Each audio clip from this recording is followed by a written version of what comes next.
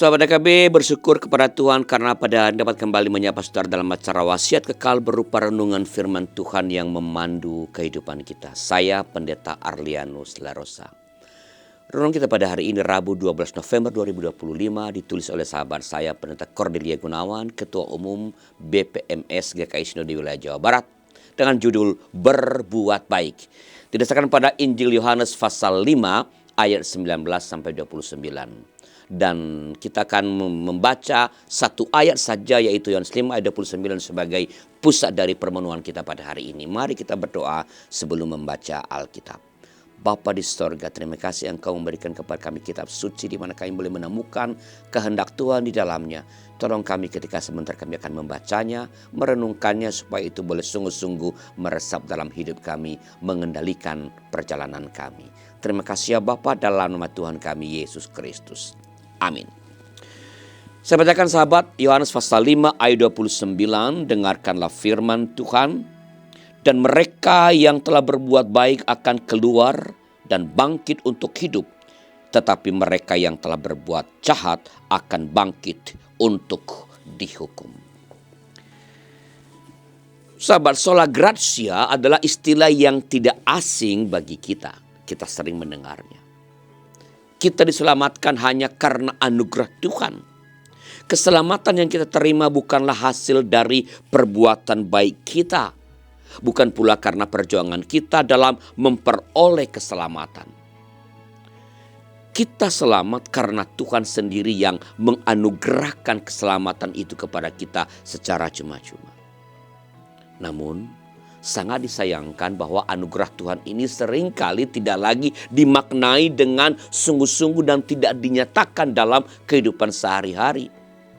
Injil Yohanes dengan tegas menyatakan bahwa mereka yang telah berbuat baik, akan bangkit untuk hidup. Sedangkan mereka yang telah berbuat jahat akan bangkit untuk dihukum. Keselamatan yang kita peroleh bukan berarti meniadakan kenyataan bahwa suatu saat nanti kita akan menghadapi penghakiman. Memang benar bahwa kita telah diselamatkan, benar, bahkan secara cuma-cuma. Namun saat hari penghakiman kita akan dibangkitkan untuk mempertanggungjawabkan segala sesuatu di hadapan Tuhan. Setiap perbuatan kita tetap akan diperhitungkan. Benar bahwa keselamatan kita adalah karena anugerah Tuhan, sola gratia. Meskipun demikian, kita harus tetap menyatakan keselamatan itu dengan giat melakukan kebaikan dan menjauhi kejahatan. Sahabat, pada akhirnya kita semua harus mempertanggungjawabkan setiap perbuatan kita di hadapan Tuhan. Maka mari kita memeriksa diri. Apakah kita melakukan perbuatan yang baik atau yang jahat? Kalau Anda berkenan, hasil pemeriksaan diri Anda silakan tuliskan di kolom komentar supaya jadi berkat bagi para sahabat yang lain. Dan jika ada di antara sahabat DKB yang ingin didoakan, silakan informasikan kepada kami lewat nomor 0812 8188 9191. Mari kita berdoa.